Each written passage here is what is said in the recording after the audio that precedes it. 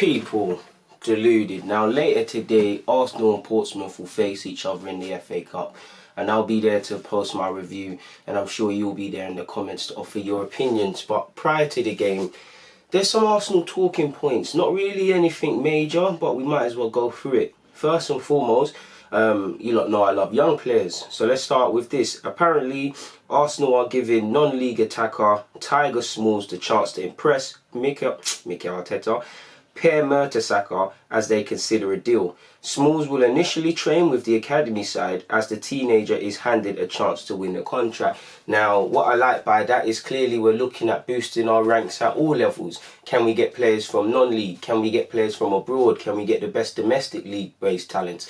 And that's what you like to see. Obviously, football is, I don't want to say it's changing, because you look at Ian Wright, people have been coming from non-league. But definitely in the last year, or anything from a year to 4 or 5 years since Vardy's come about and things, people are starting to genuinely take non-league people seriously. I do think a lot of the non-league fairy tales you see with Vardy, with Smalling off the top of my head, Charlie Austin, Mikel Kitely, it's not exactly the fact that they were always playing Sunday League. Some of these men have been released from academies and they get back on the scene. Do you see what I'm saying? But when you look at people like Mikel Antonio, wasn't necessarily part of an academy. My point is they're starting to look at non-league talents and lower league talents and take them seriously. And I want us to do the same. Who's to say this guy isn't the next Jamie Vardy and things? Now, he's only 17. I've never seen him play, but he must be half decent to at least earn a chance of a deal here. If Arsenal are interested in him, then he must have interest from League One and all these other clubs. He's 17, so I'd imagine he'd be trying to earn a minimum 2-year deal. They'd probably give him a scholarship, because you can actually sign a 3-year scholar deal. Maybe with the option of a pro if he's good enough. Maybe he'll be handed a pro deal either way, an 18-month deal, which would still be nice for him. Looking at him, people, apparently he used to be at Spurs before doing up non-league, so it could be our Harry Kane sort of thing. I'm all for that, people. He's described as 6'1", fast, 2-footed, and apparently he's found the net 15 times. Apparently he's been with Norwich as well as Spurs, people. So we'll have to see. Apparently he's bagged almost 300 goals within 3 seasons.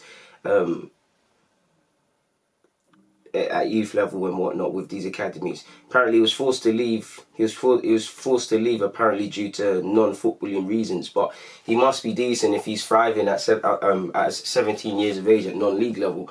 So hopefully we wish him all the best, man. I mean, did we not get Cohen Bramall out from similar circumstances?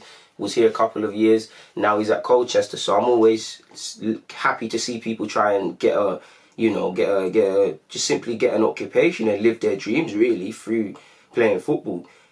Arteta's had some comments, and he has said and this is in no order, people, because I've messed it up, but the damage caused by the club not being in the Champions League for the 3rd season is really big.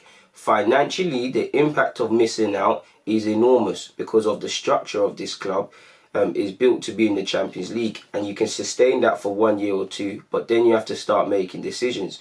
We'll have to make decisions one way or another depending on the scenario we find ourselves in, whether we are in the Champions League, Europa League, or nowhere near that.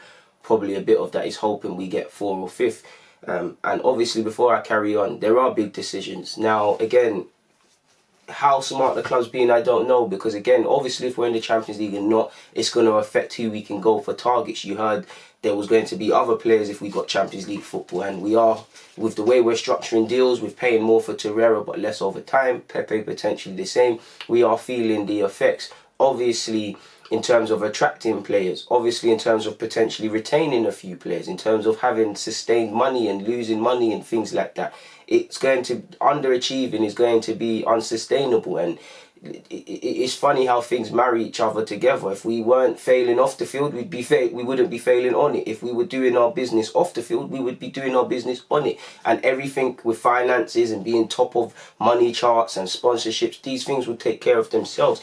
Instead, we now face the prospect of not being in the Champions League, losing Aubameyang and a couple of other players. And to be honest, the writing's been on the wall. The club for months, even a year, should have been considering all scenarios in August. What happens if in a year's time we don't get Champions League? what targets do we go for? If we get Champions League, what do we get for? If we have to sell certain players, who are we going for? And it just seems like only now in the next few weeks that we're going to start to wake up and realise this. Clearly the board and all these people have been doing these things in the build-up, but it is worrying.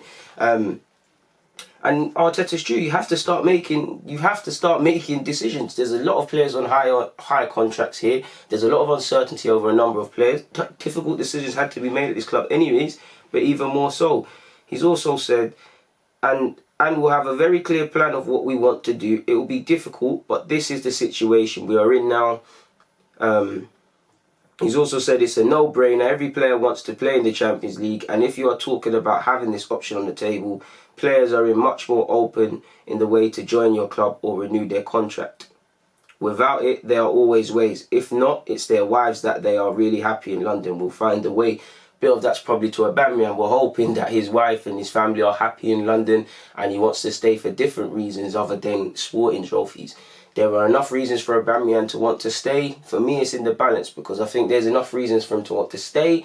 If I look at it on a cynical thing, he should be moving, and it should every top 6 rival beyond the obvious that can't get him, and every team in Europe for an affordable price of stature should be trying to get involved in him, people. So we only have ourselves to blame, really and truly. We only have ourselves to blame.